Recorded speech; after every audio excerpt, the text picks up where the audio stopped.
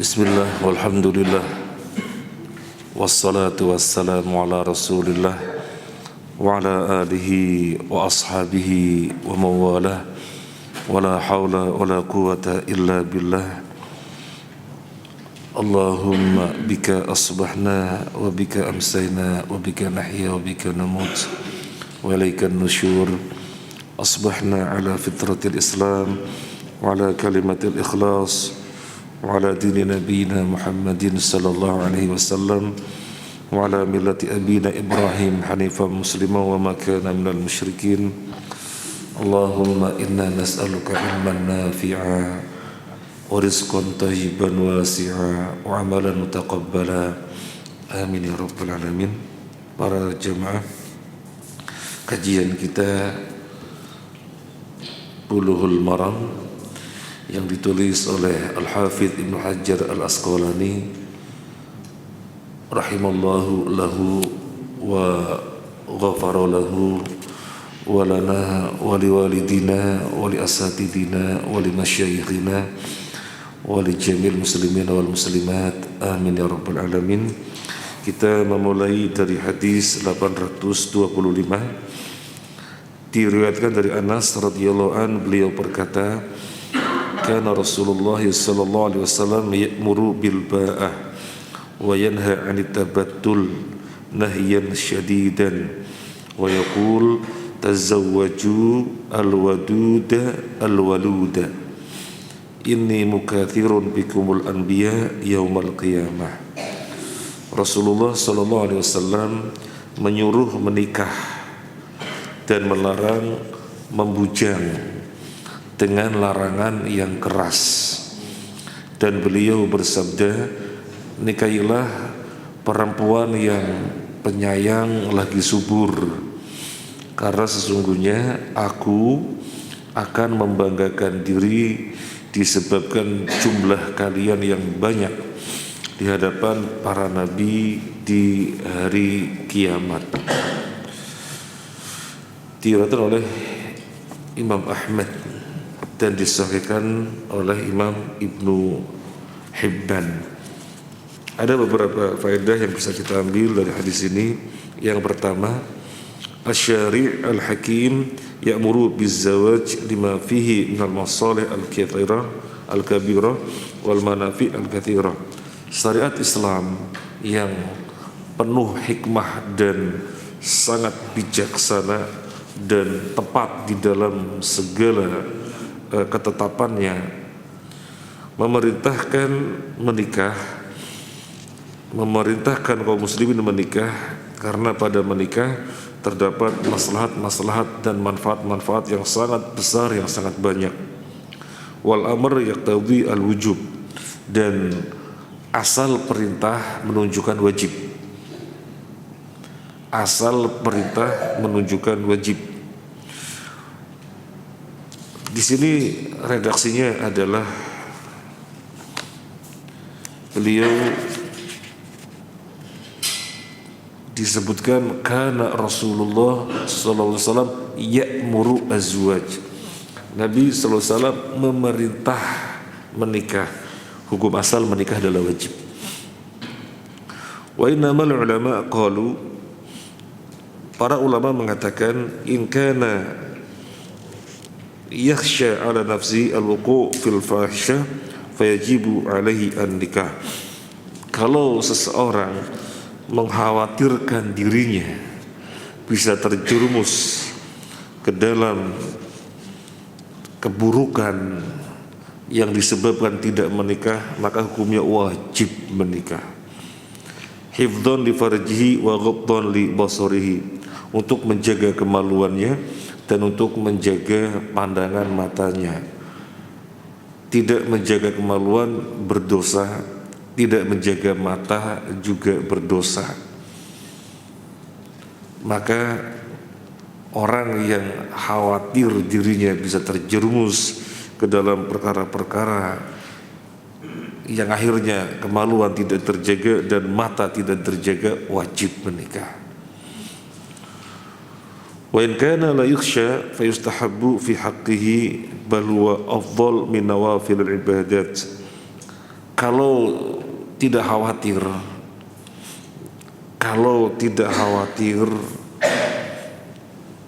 untuk terjerumus di dalam perkara-perkara yang menjadikan dosa tadi, maka dianjurkan saja bagi dia. Tetapi jika menikah, lebih utama, bahkan lebih utama dari perkara-perkara sunnah lainnya. 5. Yuhaqiqu minal masalih al-kabirah al-kathirah, karena dengan menikah benar-benar maslahat dan manfaatnya sangat banyak dan dia bisa meraihnya. Jadi begini maksud oleh Pak Muallif, oleh penyusun kitab, okelah seseorang tidak khawatir sehingga dia tidak sampai pada wajib hukumnya menikah. Tapi seandainya menikah itu lebih utama, bahkan keutamaannya melebihi ibadah sunnah yang lainnya. Karena di dalam menikah akan lahir kebaikan-kebaikan, manfaat-manfaat yang sangat banyak sekali. Kemudian faedah yang berikutnya, at-tabattul wal inqita' 'anil nisa wa tarkun nikah inqita'an ilal ibadah manhiyun anhu. Orang yang membujang atau wanita yang tidak mau dinikahi dengan alasan biar fokus ibadah, saya nggak mau menikah biar fokus ibadah, ini perkara yang terlarang di dalam syariat. Wa nahyu yaqtadi at-tahrim, dan larangan kita mengetahui hukum asalnya haram. Ini perkara yang terlarang dan larangan hukum asal adalah haram. Ini kita ingat. La siyama wa nahyu fi hadza syadidun, terlebih larangan di dalam bab ini yaitu tidak menikah, ini larangannya sangat keras sekali. Li'annahu mukhalifun li sunanil mursalin, karena menyelisihi ajaran seluruh para nabi. Seluruh para nabi mendapatkan syariat dari Allah agar mereka mensyariatkan manusia untuk menikah. Di dalam surat Ar-Ra'd ayat 38 Allah berfirman, wa ja'alna lahum azwajaw wa dzurriyyah, kami jadikan bagi mereka para nabi istri-istri dan keturunan. Jadi menikah ini bukan syariat Nabi Muhammad saja, tapi syariat seluruh nabi. Dan para nabi mereka menikah dan punya keturunan. Makanya larangan dari tidak menikah, larangannya sangat keras sekali. Wa fihi ta'tilul iradatillahi ta'ala al-kauniyah min imari hadzal kaun. Dan dengan tidak menikah akhirnya menyelisih kehendak Allah. Menyelisih kehendak Allah, di mana alam semesta ini yang Allah kehendaki dihidupkan oleh kehidupan manusia. Kalau kita membaca Al-Quran, di sana kita jumpa ayat Al-Baqarah, wa idh qala rabbuka lil malaikati inni ja'ilun fil ardi khalifah. Dan ingatlah tatkala Allah dan ingatlah ketika Tuhanmu berkata kepada malaikat, sesungguhnya aku akan menjadikan di muka bumi khalifah. Apa yang dimaksud dengan khalifah? Apa yang dimaksud dengan khalifah? Khalifah itu artinya bergantian. Orang-orang yang bergantian. Setelah ini, setelah ini, setelah ini. Makanya kan raja-raja disebut khalifah, soalnya mereka bergantian. Jadi khalifah itu bergantian dari seseorang ke orang berikutnya, ke orang berikutnya, ke orang berikutnya. Dari suatu masa dipegang oleh seseorang atau suatu kaum, masa yang berikutnya oleh kaum yang lain, masa berikutnya oleh kaum yang lain. Itu namanya khalifah. Jadi Allah menghendaki menciptakan di muka bumi khalifah, adanya manusia yang bergantian Untuk apa? Untuk mengelola bumi. Diketahui dari ayat yang berikutnya, huwaladzi khalaqalakum ma fil ardi jami'a. Allah menjadikan untuk kalian apa yang ada di bumi seluruhnya. Allah menciptakan untuk kalian apa yang ada di muka bumi seluruhnya, di mana kalian dijadikan sebagai khalifah, bergantian mengurus. Maka hal ini mewajibkan adanya manusia di setiap generasi. Loh kok tidak menikah? Sehingga kemudian tidak lahir generasi-generasi berikutnya. Maka menyelisih kehendak Allah. Sehingga larangan tidak menikah adalah larangan yang sangat keras sekali. Kalau kita pikir-pikir, kok nggak menikah? Padahal yang sudah menikah pengen menikah lagi untuk laki-laki. Yang sudah menikah pengen menikah lagi. Kok ada orang nggak menikah? Kan begitu. Pengen menikah sampai berapa Bapak? Sampai 4. Kemudian yang berikutnya, ad-dinul islami dinus samah wal yusri fahuwa yakrahu at-tanattu wa tashaddud fil umur wa ya'muru bit tawassut wal i'tidal fiha liyuaddi al-insan jamil amal al-matlubah minhu wallati a'adda lil qiyam biha. Dari hadis ini ada poin, ada faedah yang bisa diambil, bahwasanya agama Islam adalah agama yang mudah dan toleran, di mana agama Islam membenci sikap berlebih-lebihan di dalam segala perkara, membenci sifat berlebih-lebihan. Dan justru yang diajarkan oleh Islam adalah sikap pertengahan, meremehkan tidak, berlebih-lebihan tidak. Orang tidak menikah, ini kan perkara yang melampaui batas, meskipun tujuannya biar fokus ibadah. Agama Islam tidak menyukainya. Ibadah oke, nikah oke. Jadi tidak ada yang dikalahkan. Misalnya di dalam masalah puasa juga pertengahan, mulai dari subuh sampai maghrib saja. Tidak kemudian puasa itu fadilahnya sangat banyak sekali, lantas puasanya dari subuh sampai subuh lagi, soalnya fadilahnya sangat banyak sekali. Terkait dengan ubudiyah, terkait dengan nufus, dan terkait dengan kesehatan juga. Dampaknya luar biasa. Wah, kalau gitu puasanya yang pol-polan, jangan sampai sekedar subuh sampai maghrib saja, tapi lebih dari itu. Enggak, puasa ya puasa, berbuka ya berbuka. Agama Islam itu tidak ada yang berlebih-lebihan, Nah, wa kana tabatul min syariatin nasara, membujang alias tidak menikah itu syariatnya Nasoro, syariatnya agama Nasrani. Fa Nabi sallallahu alaihi wasallam ummatahu anhu, maka Nabi sallallahu alaihi wasallam melarangnya. Liyaktsuru an-nasl, biar keturunan banyak. Wa ya'zuma sawadul muslimin, sehingga kaum muslimin jumlahnya besar.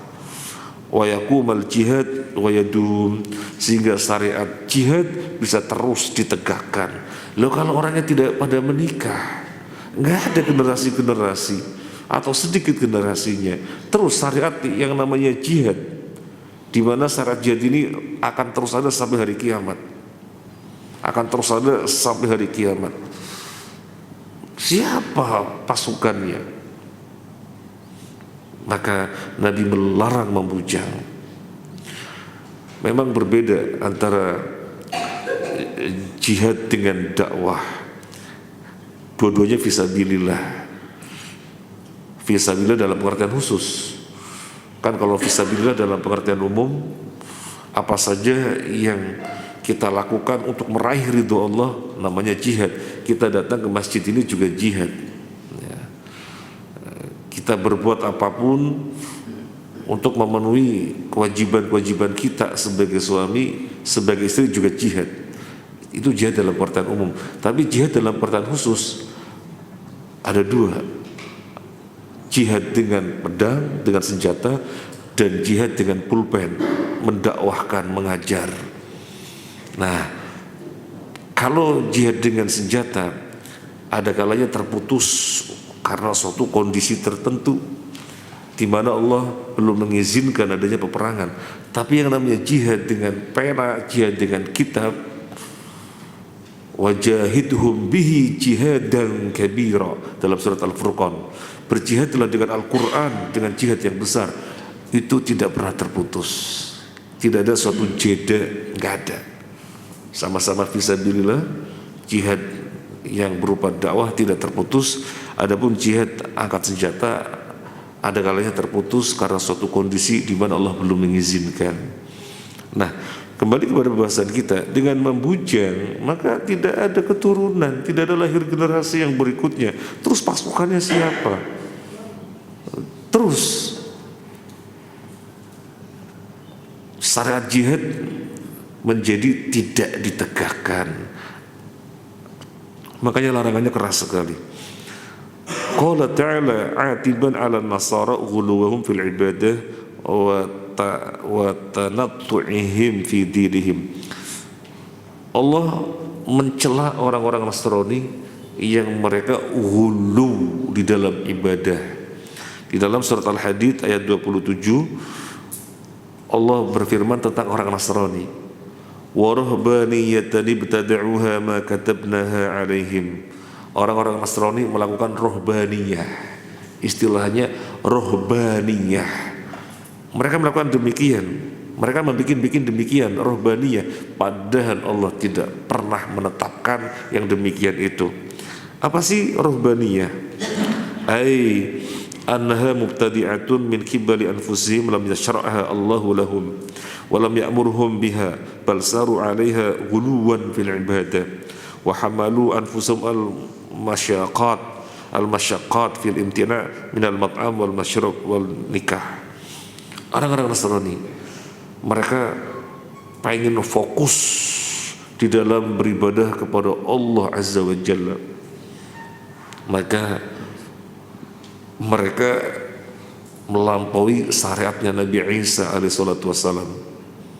Syariatnya Nabi Isa syarat yang pertengahan, sebagaimana syariatnya Nabi Muhammad SAW, dan syariatnya seluruh Nabi semuanya pertengahan, tidak ada yang hulu. Nah, kaum Nasrani menyelisihi, melampaui batas dari syariatnya Nabi Isa dengan membuat rohbaniyah. Rohbaniyah itu menfokuskan diri untuk ibadah, sehingga menghindarkan diri dari makanan, menghindarkan diri dari minuman, menghindarkan diri dari nikah, menghindarkan diri dari hiruk pikuknya kehidupan, wis sembunyi tok di goa, biar fokus ibadah. Semacam ini dicela oleh Allah Azza wa Jalla. Kok kaum muslimin mau meniru, gak usah nikah, biar fokus ibadah. Nah, terkait dengan pembahasan kita kan nikah, gak usah nikah, biar fokus ibadah. Atau ada sebagian mereka yang mengharamkan diri dari ini, biar ibadah tok. Maka kita pernah menasehati seseorang yang dia hidupnya dari masjid ke masjid, gak nikah, gak ada keluarga, sudah cerai. Terus aktivitasnya apa? Gak ada aktivitas, mau dari masjid ke masjid aja. Kalau misalnya makan minum ya dijumpai di masjid. Kadang-kadang ada pengajian, ada konsumsi itu yang dimakan. Gak baik seperti itu. Gak baik seperti itu. Jadi akhirnya menfokuskan dirinya di masjid, menghindarkan kegiatan-kegiatan duniawi yang suatu keniscayaan, merupakan suatu keniscayaan kita terlibat di dalam aktivitas-aktivitas duniawi. Allah berfirman, "Wallazi khalaqalakum ma fil ardi jami'a." Dialah yang menciptakan untuk kalian seluruh apa yang ada di bumi. Itu diserahkan kepada kita sebagai khalifah. Secara bergantian kita mengurus bumi. Loh kok kemudian fokus ibadah tok dicela? Itu rohbaniyah yang dilakukan oleh orang-orang Nasrani yang Allah cela di dalam surat Al-Hadid ayat 27. Kemudian yang berikutnya, wa fil hadits at-targhib fi nikahil mar'ah al-walud liyakthura nasalul muslimin. Di dalam hadis disebutkan motivasi agar menikahi wanita-wanita yang subur sehingga keturunan kaum muslimin banyak. Ini berbanding lurus. Yang pertama, perintah menikah dan larangan dari membujang. Yang kedua, memerintahkan agar banyak keturunannya, sehingga agar banyak keturunannya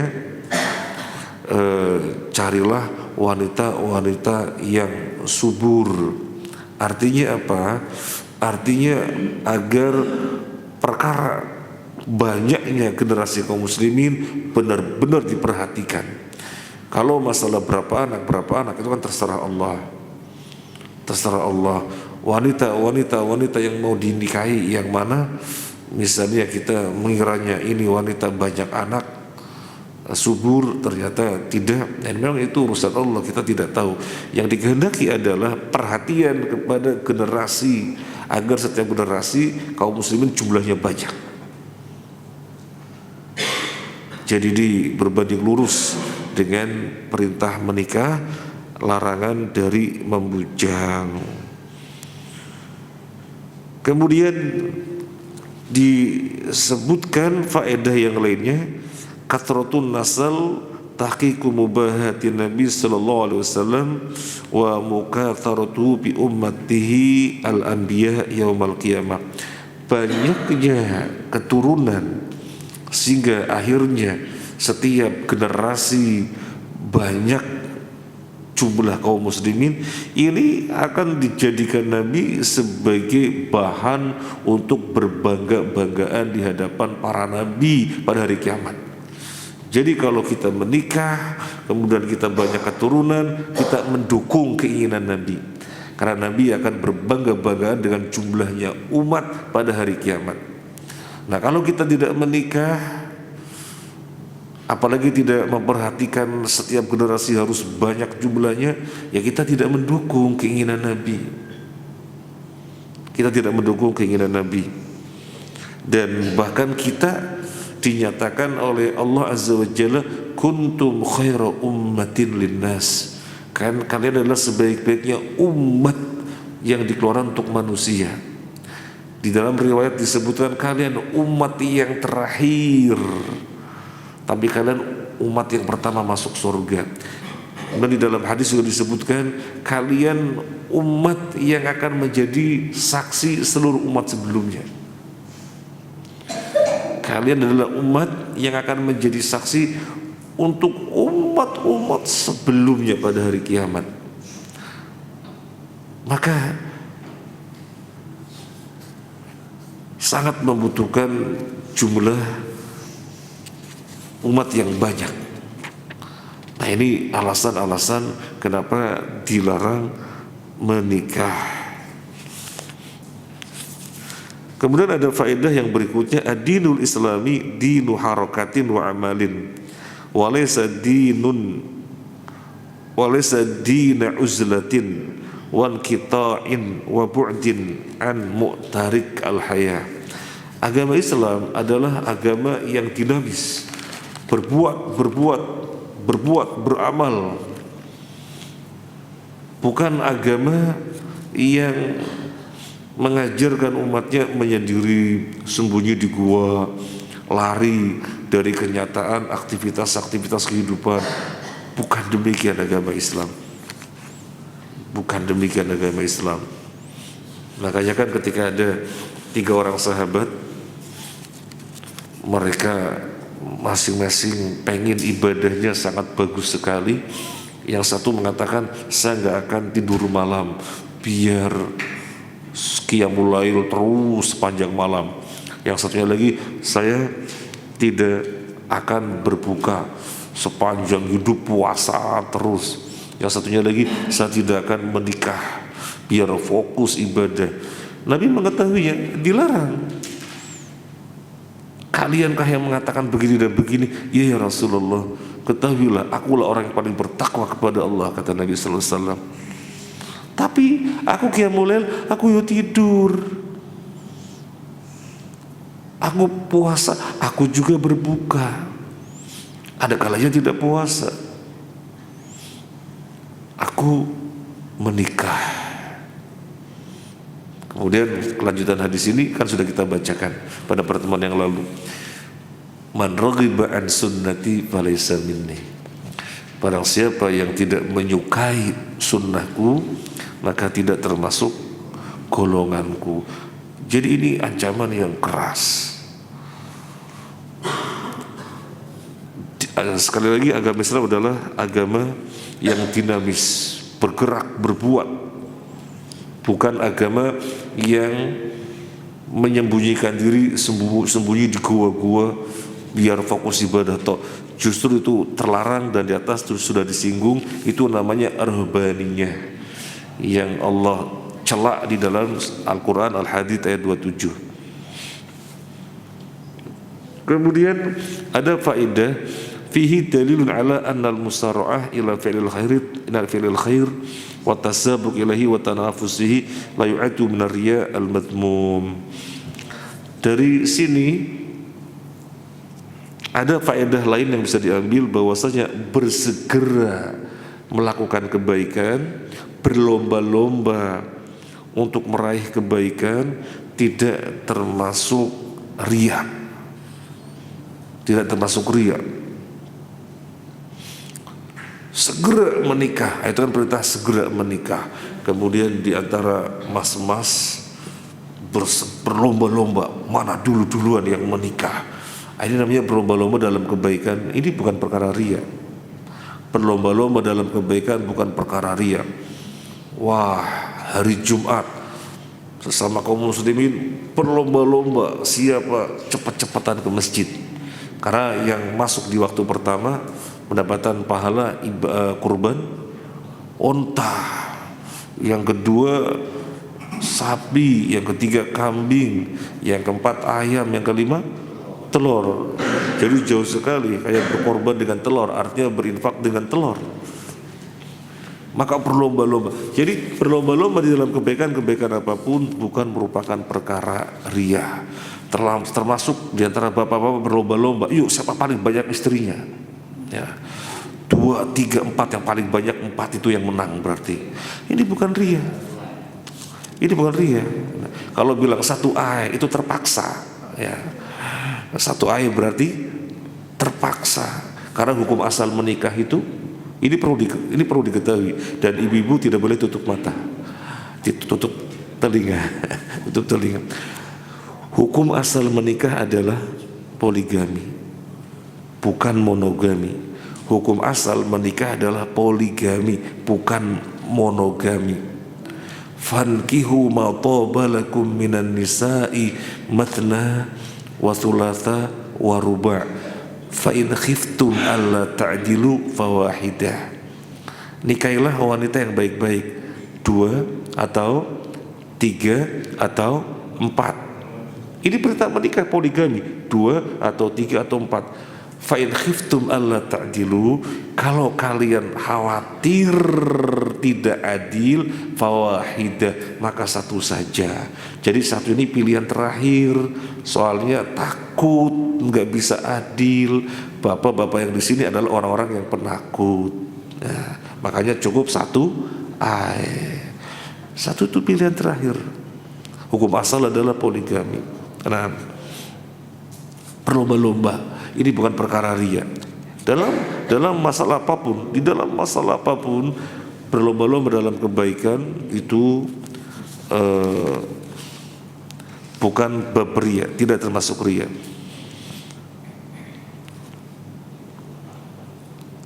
Ini yang bisa diambil dari beberapa faedah terkait dengan hadis ini.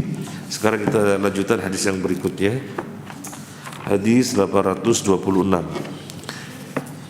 Dari Abu Hurairah radhiyallahu an, dari Nabi sallallahu alaihi wasallam, beliau bersabda, tunkahul mar'atu li arba'in, lima liha wa li hasabiha wa li jamaliha wa li diniha fadfar bitayatid din taribat yadat.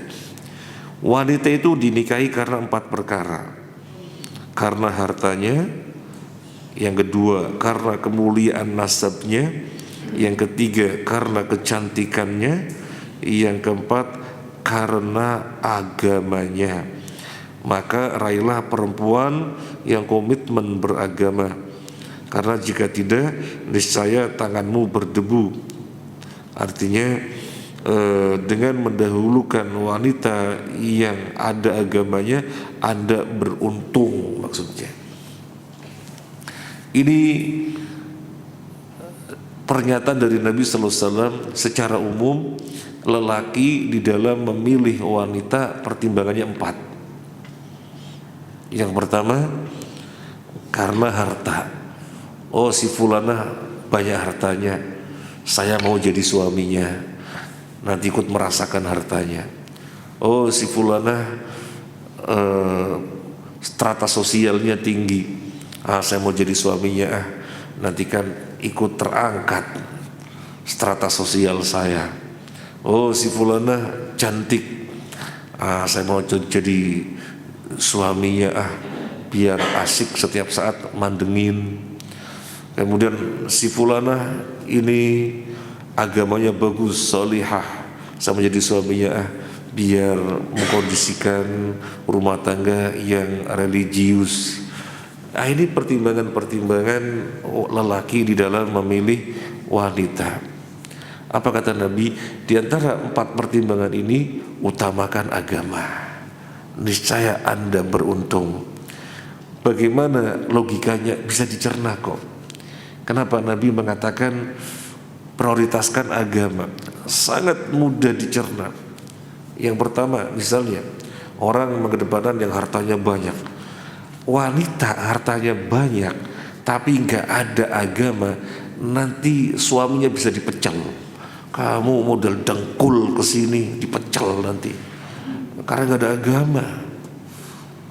Wanita strata sosialnya tinggi, nggak ada agama, kita memandanginya baik dengan menikahinya, kita jadi suaminya, ikut terangkat derajat kita, tapi dia gak ada agama. Oh, kita diremehkan, direndahkan, soalnya gak ada agama. Kemudian wanita cantik, cantik sekali misalnya, bulu matanya lentik, hidungnya mancung gitu ya, lesung pipi misalnya, dan yang lain-lainnya. Cantik sekali misalnya, tapi dia gak ada agama. Percaya gak percaya, wajib percaya, suami manapun malas di sampingnya, karena dia gak ada agama, sehingga berdampak kepada perilakunya. Dia gak ada agama, berdampak pada cara ngomongnya, bersikap kepada suaminya jauh dari tuntunan agama, mesti malas. Malah kalau bisa, kalau nggak bisa pulang ke rumah ya nggak usah pulang ke rumah. Jadi kalau lihat istri itu malas sekali gitu. Soalnya dia cantik kayak apapun tapi nggak ada agama mesti malas. Tapi wanita yang ya biasa-biasa saja, ya tidak dikatakan cantik atau gimana, tapi biasa-biasa saja, cuma agamanya bagus, suami mesti senang sekali berada di sampingnya, senang sekali. Kalau bisa jangan pernah keluar rumah, di rumah aja terus, karena ini istri sangat memuliakannya, sangat menghormatinya, berlakunya luar biasa, mengatur cara bicaranya, soalnya dia ada agama. Maka suami senang mandengin. padahal biasa-biasa saja. Jadi bisa dicerna. Kenapa Nabi SAW memerintahkan agar kita memprioritaskan yang baik agamanya daripada yang lainnya? Karena kebaikannya akan terbawa semuanya. Kebaikan akan terbawa semuanya. Orang istri berharta, kan kalau kita menikahin pengennya biar ikut merasakan hartanya. Tapi kalau gak ada agama gak mungkin. Tapi kalau wanita tidak berharta atau mungkin tidak punya harta, tetapi dia ada agama, suami mendapatkan penghasilan berapapun dirasakannya cukup, dirasakannya kaya. Nah, suami yang pertama melihat wanita semata-mata hartanya padahal dia gak ada agamanya, ya akhirnya tidak merasa kaya, tidak merasa cukup. Nah, jadi dengan memprioritaskan agama banyak sekali kebaikan-kebaikan yang diraih, dan bahkan seluruh kebaikan. Mungkin pernah mendengar seorang suami mengatakan, malas saya kalau ada di depan istri, malas saya kalau ada di samping istri, padahal istrinya cantik. Kenapa? Karena istrinya gak ada agama. Kalau ngomong duak-duak gitu ya, kalau berbicara kasar, itu karena tidak ada agama. Males kan melihatinya, memandanginya, padahal sangat cantik. Nah, kita mengenal istilah kufu. Kufu itu artinya padan, sepadan. Sering kita menjumpai pada ayat walam yakul lahu kufuwan ahad. Kufu itu padanan. Kalau menikah itu sekufu, betul. Tapi kufu yang tidak boleh ditawar-tawar, artinya kufu padanan yang mesti ada, gak boleh ditawar-tawar, adalah kesolehan. Lelakinya soleh, wanitanya solehah. Lelakinya agamanya bagus, wanitanya juga demikian. Ini kufu yang tidak bisa ditawar-tawar. Kalau yang lainnya boleh ditawar. Misalnya suaminya S3, istrinya S1, nggak apa-apa, nggak strata, nggak sama di dalam jenjang pendidikan, bisa ditawar kok. Atau mungkin suaminya nggak kaya, istrinya kaya, boleh kok, nggak sepadan, artinya boleh, bisa ditawar itu. Atau mungkin suaminya ganteng, istrinya biasa-biasa saja, kan nggak sepadan, tapi boleh kok. Yang tidak boleh kalau tidak kufu dalam agama, nggak boleh itu. Jadi lelakinya soleh, wanitanya tidak soleh, itu nggak boleh. Atau sebaliknya, nggak boleh. Nggak boleh tawar-tawar kufu dalam agama. Kalau yang lainnya boleh tawar-tawar. Umar bin Khattab, dia radhiyallahu anhu seorang presiden, bahasa kita kan presiden, Amirul Mukminin, khalifah, mendapatkan besan seorang ibu penjual susu, rakyat biasa, padahal dia seorang presiden. Putranya yang bernama Asim dinikahkan dengan gadis dari seorang ibu penjual susu. Kan nggak kufu? Iya nggak kufu. Di dalam masalah kedudukan nggak kufu. Semacam itu boleh. Yang tidak boleh ditawar-tawar dan mesti sekufu adalah di dalam masalah kesolehan. Itu kan ceritanya Umar bin Khattab di suatu malam lagi keliling-keliling melihat keadaan rakyat, melihat kehidupan rakyatnya, didampingi oleh asistennya yang bernama Aslam. Kemudian di suatu tempat terdengar percakapan dari dalam rumah, percakapan dua orang wanita. Terdengar suara, nak campurkan susunya dengan air. Kemudian dia mengatakan, jangan bu, sudah ada maklumat dari Amirul Mukminin, mulai sekarang gak boleh ada susu masuk pasar yang bercampur dengan air. Kan Umar bin Khattab Amirul Mukminin tidak mendengar, iya gak mendengar dan gak melihat, tetapi kan Allah maha mendengar maha melihat. Maka Umar bin Khattab radhiyallahu anhu mendengarkan percakapan dua wanita ini, langsung memerintahkan kepada asistennya, Aslam, tandai rumah ini dan ente cek siapa dua wanita itu, ente cek. Kemudian Aslam mencari tahu, ternyata seorang ibu dan seorang anaknya yang masih gadis. Maka kemudian Umar memintanya agar si anak gadis tersebut menjadi menantunya, dinikahkan dengan putranya yang bernama Asim.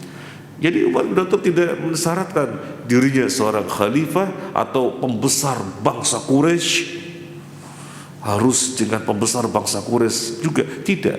Karena itu perkara yang boleh ditawar, hasab derajat kedudukan strata sosial boleh ditawar.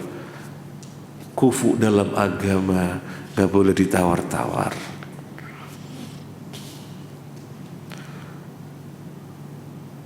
Kita mendengar juga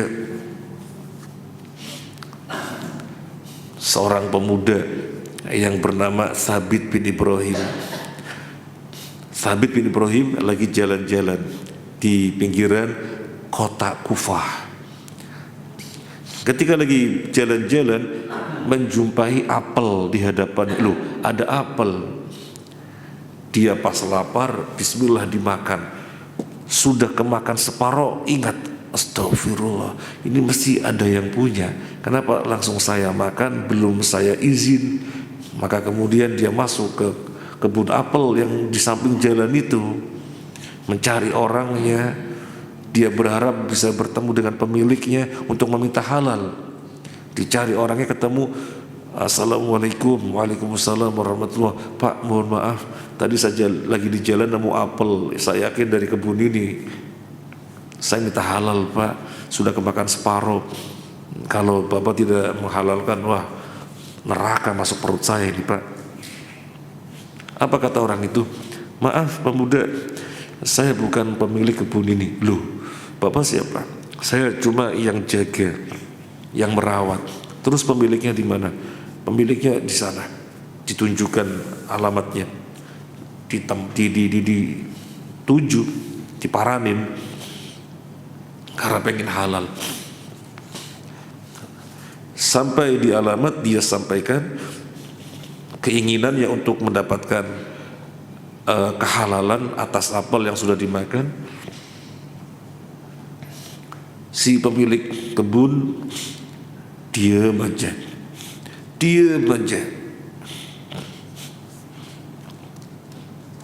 Akhirnya dia mengatakan, kamu pengen halal nak? Iya. Ada syaratnya nak? Apa syaratnya Pak? Yang penting halal Pak, sudah kemakan separuh. Syaratnya kamu harus nikahi putri saya. Bingung dia. Apel kemakan separuh, tinggal separuh lagi, minta halal. Syaratnya harus menikahi putrinya. Dalam keadaan dia lagi bingung, kenapa syaratnya seperti ini, tambah dikagetkan lagi. Kamu mau halal apa enggak? Iya Pak, mau halal Pak. Ya kamu harusnya menikahi putri saya. Dan ketahuilah, putri saya buta, bisu, tuli, lumpuh. Waduh, tambah bingung lagi. Tetapi terdorong pengen halal, padahal apel hanya separuh. Terdorong pengen halal, diiyakan, siapa? Yang penting halal. Kemudian terjadi akad, jadilah dia suami putri bapak pemilik kebun apel ini. Kamu sudah sah menjadi suami putri saya, sana temui putri saya. Dia bingung gimana menemui putrinya, mau ngucapin salam juga nggak didengar karena tuli gitu. Kemudian gimana juga nggak bisa bukain pintu karena lumpuh, serba bingung. Ya sudahlah, yang penting penuhi adab-adabnya. Ketok pintu, tok tok tok tok. Assalamualaikum. Waalaikumsalam. Loh, ada suara jawaban. Katanya bisu. Ternyata menjawab. Kemudian pintu dibuka. Loh, kok buka pintu? Katanya lumpuh. Wah, serba bingung ini pemuda. Kemudian akhirnya pemuda ini bertanya, kata bapakmu, kamu itu buta, tuli, bisu, lumpuh. Iya betul bapakku. Aku buta, mataku steril dari perkara maksiat. Aku tuli, telingaku tidak mendengar hibah-hibah. Gak seperti orang-orang sono, gak seperti orang sono. Telingaku aman mendengar hibah-hibah. Kemudian aku bisu, aku tidak bohong, aku tidak riba dan yang lainnya, dan kakiku lumpuh. Alhamdulillah kakiku tidak melangkah ke tempat-tempat maksiat. Allahu Akbar. Ini gadis solihah berjumpa dengan pemuda soleh. Kenapa bapak pemilik kebun tadi diam saja? Kenapa? Ia merasa mendapatkan emas dari langit, padahal tidak melihat yang lain-lainnya, hanya melihat keinginan untuk mendapatkan kehalalan, sehingga langsung syaratnya nikahi putri saya. Nah ini yang utama adalah memprioritaskan kesolehan baik laki dan wanita. Yang lain-lainnya nanti ngikut, karena kesolehan adalah sesuatu yang utama. Lahir dari Thabit bin Ibrahim, pemuda tadi, dengan wanita putri pemilik kebun apel, lahirlah seorang anak yang kemudian menjadi ulama. Siapa? Imam Abu Hanifah, Nu'man bin Thabit bin Ibrahim, Imam Abu Hanifah. Kemudian Asim menikahi gadis dari ibu penjual susu, lahir seorang anak, kemudian lahir seorang cucu, lahirlah cicit yang bernama Umar bin Abdul Aziz. Jadi soleh dan kesolehan tidak boleh ditawar-tawar. Soleh dan kesolehan tidak boleh ditawar-tawar. Makanya kita menyayangkan seseorang, maksudnya seorang pemuda yang dia mau menikah nggak jadi-jadi, sudah nador nggak jadi. Kenapa? Nggak cantik katanya. Kemudian kapan lagi nador nggak jadi lagi. Kita tanya kenapa? Nggak cantik. Kemudian nador lagi. Kita tanya lagi karena kita suka-suka ada komunikasi. Kenapa nggak jadi? Kurang cantik. Tadi tidak cantik, ini kurang cantik. Kemudian lalu nador lagi. Akhirnya apa? Ini akhirnya apa? Bapak-bapak, ibu-ibu tahu yang terjadi apa? Akhirnya ini pemuda mendapatkan gelar Abu Nador. Kasihan sudah, kasihan mendapatkan gelar Abu Nador. Dan nggak tahu sekarang beritanya gimana. Proses sangat lama, artinya sangat lama mencari. Umur 40 sekian belum nikah. Ini karena pilihnya nemen. Cukup kita mengikuti apa yang disampaikan Nabi SAW. Utamakan agama, semuanya ngikut nanti. Bukankah kecantikan orang lelaki menjadi malas kalau dia tidak ada agamanya? Bukankah wanita berkedudukan tinggi, berharta banyak, lelaki menjadi tidak nyaman karena gak ada agama? Udah, yang penting agama, semuanya ngikut. Nah, dan Al-Hasan Al-Basri ketika ditanya, wahai imam, saya punya anak perempuan, dengan siapakah saya harus menikahkan? Apa jawaban Al-Imam Al-Hasan Al-Basri rahimahullah ta'ala? Al-Imam Al-Hasan Al-Basri mengatakan, nikahkanlah dia dengan pemuda yang bertakwa. Karena pemuda yang bertakwa, dia menjadi suami, kalau lagi mencintai maka sangat memperhatikannya, Suatu ketika sebel, jengkel, benci, gak akan pernah menyia-nyiakannya. Insyaallah bapak-bapak di sini orang-orang yang saleh, orang bertakwa, suatu ketika sangat senang kepada istrinya, maka luar biasa perhatiannya. Suatu ketika bapak-bapak sebel bagaimana? Suatu ketika bapak sebel, benci, dongkol gimana? Bapak-bapak tidak pernah menyia-nyiakannya. Itu karena ketakwaan. Gak mungkin di dalam perjalanan menghidupi, mengarungi rumah tangga yang ada senang terus, full adanya cinta terus, enggak, itu bisa naik turun. Cinta iya, kadang-kadangnya kadar cintanya sangat tinggi, suatu ketika sebel, bahkan sebelnya sangat nemen. Ya karena bergaul kan macam-macam yang menjadikan berpengaruh kepada hati kita, maka naik turun, ada kalanya suka, ada kalanya enggak, tapi dengan modal ketakwaan. Lelaki ketika mencintainya akan sangat memperhatikannya, ketika suatu ketika sebel tidak akan pernah menyia-nyiakannya. Ini kata Al-Hasan Al-Basri. Nah, saya mau sampaikan kepada bapak ibu-ibu, yang tidak pernah bermasalah kita dengan siapa? Kita orang tidak pernah bermasalah kepada siapa? Kita tidak akan mungkin ada permasalahan itu dengan siapa? Dengan orang yang tidak kita kenal. Kita ada masalah dengan Alexander Tukimin, ada masalah dengan Alexander Tukimin, orang Suriname, ya nggak ada masalah karena kita nggak kenal. Semakin ada kedekatan hubungan, lebih dekat lagi, lebih dekat lagi, lebih dekat lagi. Semakin ada kedekatan hubungan, semakin ada ikatan sosial, bergaul, semakin dekat, maka semakin potensi masalahnya lebih besar. Siapa yang paling sering kita ketemu? Siapa yang paling sering kita berhubungan ketemu? Istri. Nah, kalau istri ditanya siapa yang paling sering ketemu? Suami. Maka potensi adanya masalah juga lebih besar. Jadi kalau kita dengan orang yang tidak kita kenal nggak pernah ada masalah. Kalau kemudian kenal, potensi masalah menjadi ada. Lebih kenal lagi, lebih dekat lagi, potensi masalah lebih besar lagi. Teman sekampus, oh berarti kenal. Nanti ada mulai potensi masalah.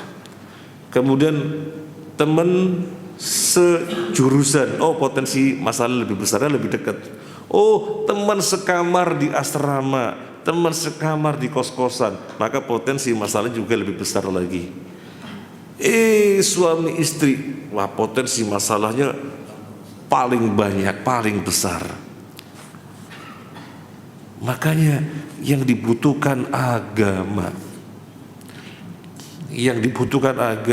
kecantikan tidak dihandalkan, harta tidak diandalkan, strata sosial tidak diandalkan, yang diandalkan agama. Nah, jadi sangat bisa dicerna kenapa Nabi mengatakan utamakanlah agama. Sekarang kita lanjutkan hadis 827. Masih ada waktunya? Masih? Sudah gak ada? Kejam sekali. Ya wis, karena sudah tidak ada waktunya, mungkin barangkali ada yang mau disampaikan, silakan. Oke, silakan Bapak.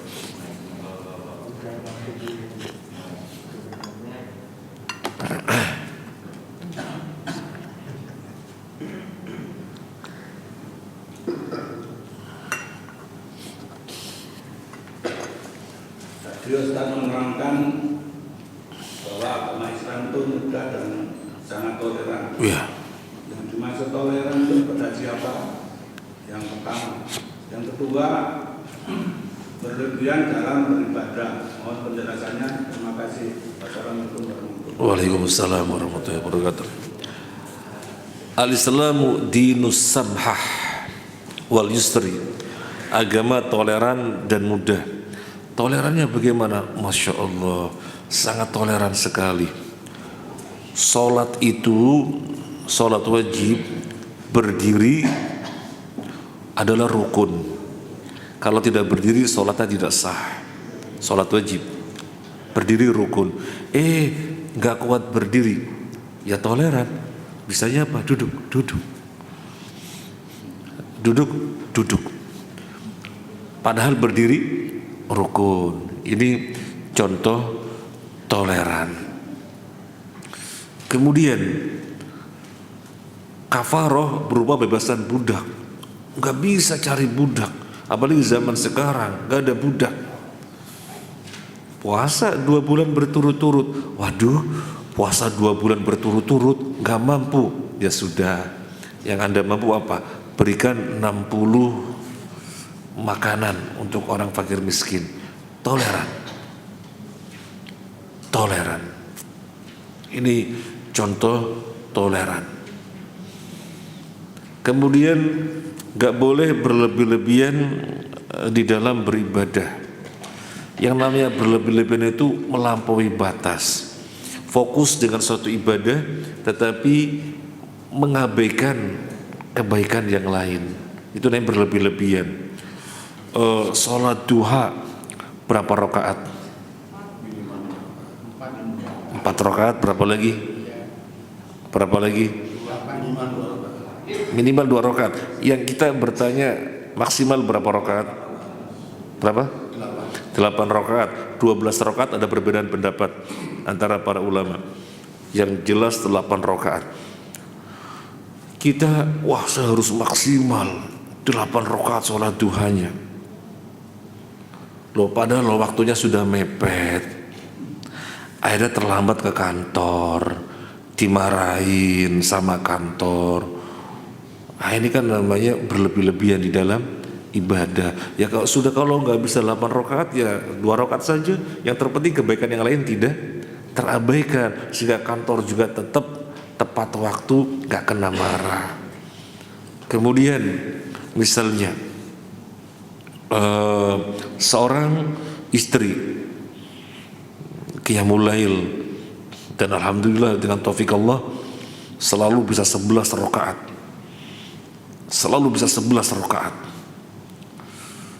Kemudian di suatu malam suaminya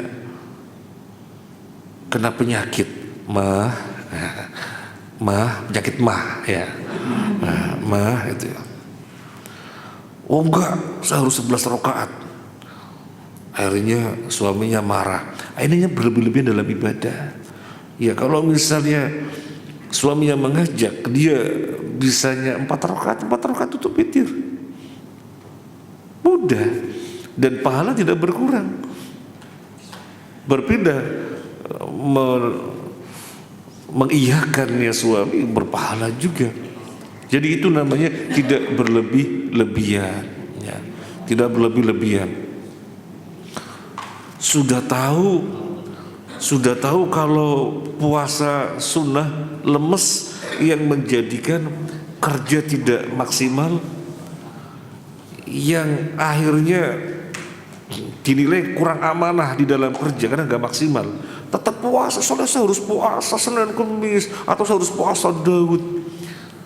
Padahal berpengaruh kepada kinerjanya, memaksakan puasa. Itu namanya berlebih-lebihan, nggak boleh. Ya kalau memang kondisi fisiknya tidak memungkinkan untuk maksimal pada yang lainnya, ya jangan dipaksakan. Tapi kan saya pengen puasa, ya sudah nanti kalau pensiun. Soalnya Anda masih terkait dengan pekerjaan yang orang lain menilai ada target, ada ini gitu. Itu yang namanya tidak berlebih-lebihan. Ya, terlalu banyak contoh bahwasanya agama Islam itu pertengahan, tidak berlebih-lebihan. Tadi kita ambil contoh puasa, itu kebaikannya sangat banyak sekali. Sampai dalam dunia kesehatan, orang mau operasi saja disuruh puasa. Jadi kebaikannya sangat banyak sekali. Tetapi bukan serta-merta kebaikannya sangat banyak kemudian puasa dari subuh ke subuh lagi, enggak. Islam hanya memerintahkan puasa dari subuh sampai maghrib. Berbeda dengan di Hindu. Di Hindu itu ada suatu ajaran untuk mencapai derajat apa begitu gitu ya. Itu mesti puasa 7 hari 7 malam.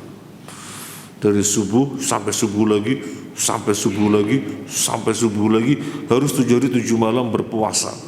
Dalam Islam nggak ada seperti itu.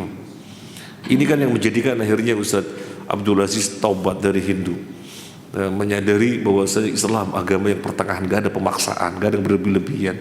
Puasa baik tetapi tidak ada kemudian melampaui batas. Puasa dari subuh ke subuh lagi, puasa hanya dari subuh ke maghrib. Sekarang saya ambil contoh lagi, sholat. Sholat itu kebaikannya sangat banyak apa tidak? Sholat kebaikannya sangat banyak. Karena orang ketika sholat dia bermunajat dengan Allah Azza wa Jalla, merasa dekat dengan Allah Azza wa Jalla, maka akan terlahir ketenangan jiwa, jauh dari perkara maksiat. Karena Allah, dia merasa selalu meraqabah, mengawasi, maka hati-hati hidup. Apakah kemudian sepanjang hari, sepanjang malam disuruh sholat terus? Enggak, sholat hanya disuruh 5 waktu yang wajib. Itu namanya tidak berlebih-lebihan. Padahal kebaikannya sangat banyak, tapi disuruh 5 waktu tok, selebihnya untuk aktivitas-aktivitas yang lainnya. Kalau mau ditambah sifatnya sunnah, itu namanya tidak berlebih-lebihan. Oke. Ada lagi yang lainnya? Waalaikumsalam warahmatullahi wabarakatuh.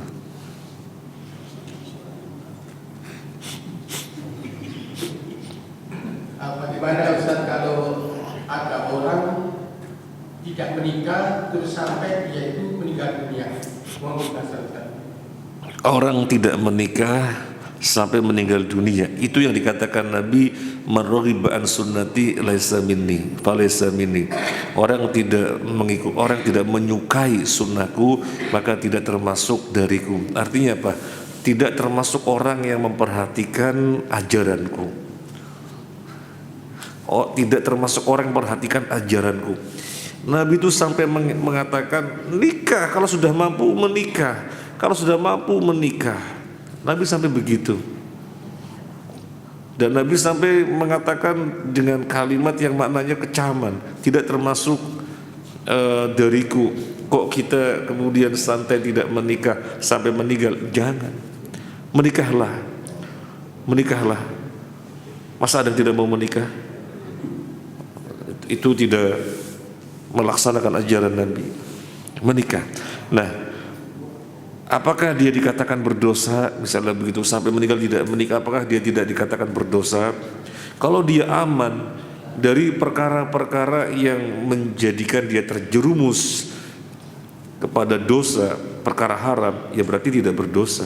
Untuk dia hukumnya belum wajib. Untuk dia hukumnya tidak wajib, karena dia masih bisa menjaga diri, kemaluan terjaga, pandangan-pandangan terjaga, dia bisa menjaga sampai mati. Maka untuk dia tidak dosa. Tetapi dia terkena kecaman Nabi, tidak termasuk orang yang memperhatikan ajaranku. Jadi berkurang fadilah yang sangat banyak. Sampai muallif penyusun kitab ini, Syekh Abdullah Al-Bassam hafizahullah taala, memang tidak wajib bagi dia karena masih bisa menjaga diri. Tapi seandainya menikah itu jauh lebih utama daripada perkara-perkara sunnah apapun, karena di dalam menikah kebaikannya sangat banyak, maslahatnya sangat banyak. Lain kalau jika yang dimaksud lelaki tidak menikah sampai mati, padahal dia posisinya adalah posisi yang sesungguhnya wajib menikah. Dia nggak bisa menjaga kemaluan, ya. Dia nggak bisa menjaga kemaluan karena gak ada pasangannya. Dia larinya dengan tangannya karena gak ada pasangannya, yang disebut dengan onani. Itu namanya gak bisa menjaga kemaluan. Kemudian dia juga gak bisa mengumbar pandangan. Kok tidak menikah?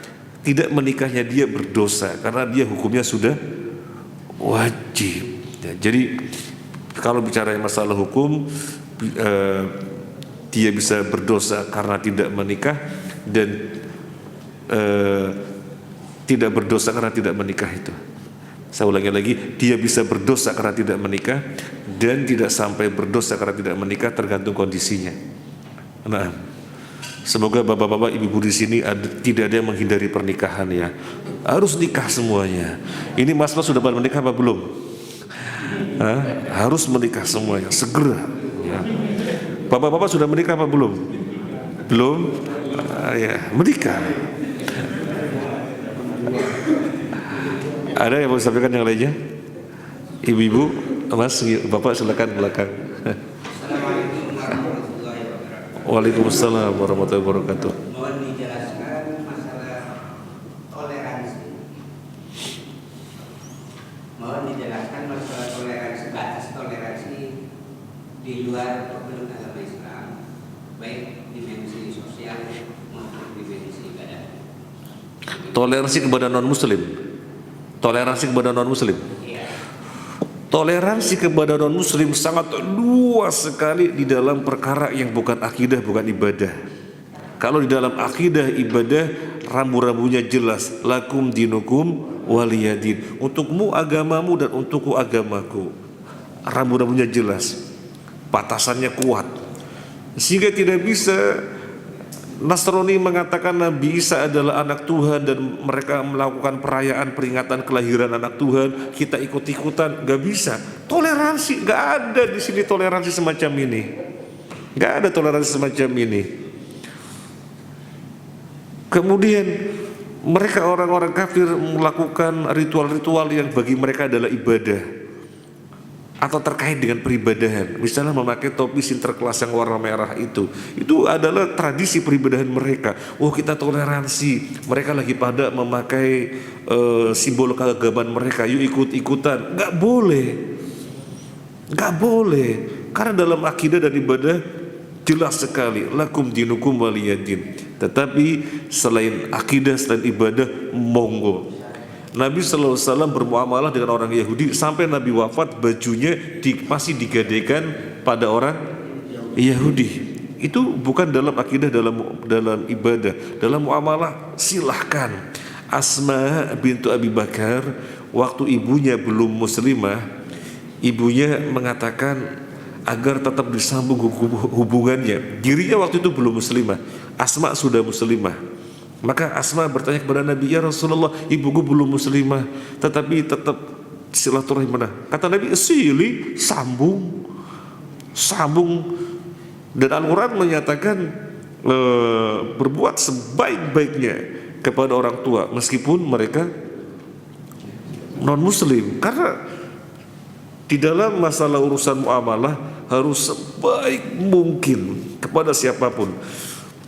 Dan Allah berfirman, la yanhakumullahu 'anil ladzina lam yuqatilukum fid dini wa lam yukhrijukum min diyarikum an tabarruhum wa tuqsitu ilaihim innallaha yuhibbul muqsitin. Dalam surat Al-Mumtahanah, Allah tidak melarang kalian untuk berbuat baik dan berlaku adil kepada mereka orang kafir, selama mereka tidak memerangi kalian, selama mereka tidak ngusir kalian. Tidak dilarang untuk berbuat baik dan berbuat adil, dan ditutup dengan innallaha yuhibbul muqsitin. Allah mencintai orang-orang yang berlaku adil, padahal adilnya kepada orang kafir.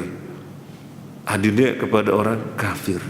Jadi toleransi kepada non muslim singkatnya adalah sangat luas dan sangat besar, tetapi bukan di dalam akidah dan ibadah. Nah, gitu Pak. Nah, tadi Bapak silakan Pak. Assalamualaikum warahmatullahi wabarakatuh. Waalaikumsalam warahmatullahi wabarakatuh. Pertanyaan terkait hadis 826. 826.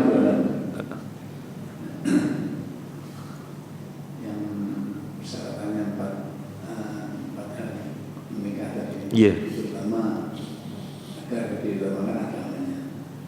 Tadi ada yang tidak bisa ditawar-tawar tentang sekufu Agama, iya. Karena kan seorang pemuda, anak-anak kita itu kalau kita kenalkan dengan orang lain atau orang laki-laki, kalau kita kenalkan dengan perempuan yang agamanya bagus, itu ada minder. Misalnya sesama muslim, perempuannya yang kita kenalkan lebih baik dan keluaran pondok misalnya. Ini mungkin dia merasa tidak sekufu jadi minder. Baik. Sekufu di dalam agama nggak boleh tawar-tawar, harus soleh dan solehah. Ini bukan berarti kadar kesolehannya juga harus sama. Ini kadar kesolehannya A, ini harus A. Enggak, intinya sama-sama soleh. Intinya sama-sama soleh. Itu yang dimaksud, sama-sama soleh. Nah kalau ini alumni pesantren, sehingga secara kesolehan insya Allah lebih tinggi misalnya ya. Karena kan lingkungannya setiap hari Quran, hadis, kemudian ke kelas, ke kamar, nggak ada apa-apa, gitu aja gitu. Kemudian yang lelaki tidak demikian, bahasa Arab juga lelaki mungkin belum bisa gitu ya, baca Al-Quran nggak tahu maknanya, apalagi tafsirnya. Lah ini bahasa Arabnya luar biasa, bahkan hafal Al-Quran misalnya gitu ya. Kemudian tafsirnya pintar sekali karena banyak baca tafsir. Apakah kemudian dikatakan nggak kufu? Kufu sama-sama soleh. Kufu sama-sama soleh. Memang tingkat kebaikannya berbeda, tetapi ini dikatakan kufu sama-sama soleh. Dan semacam ini karena ada modal yang sama ya, yaitu sama-sama soleh, nanti yang kebaikannya kurang akan tertulari orang yang lebih baik, akan tertulari. Dan yang kebaikannya sudah lebih tinggi tidak akan merosot gara-gara pasangannya yang kurang baik, tidak akan merosot. Kenapa? Karena modalnya sudah sama, itu sama-sama soleh. Sehingga kita sampaikan kepada ikhwan yang mungkin tidak dari pesantren, kemudian calonnya akhwatnya dari pesantren, gak ada masalah, gak ada masalah. Bismillah, itu sama-sama kufu namanya. Enggih. Ada lagi? Cukup. Karena mau lari pagi. Baik, terima kasih dan sekali lagi terima kasih. Mohon maaf atas hal-hal yang kurang berkenan, termasuk tadi terlambat, mohon maaf karena isqadarullah lama di kamar mandi gitu. Sakit perut. Cukup. Subhanakallahumma bihamdika asyhadu an la ilaha illa anta astaghfiruka wa atubu ilaik. Assalamualaikum warahmatullahi wabarakatuh.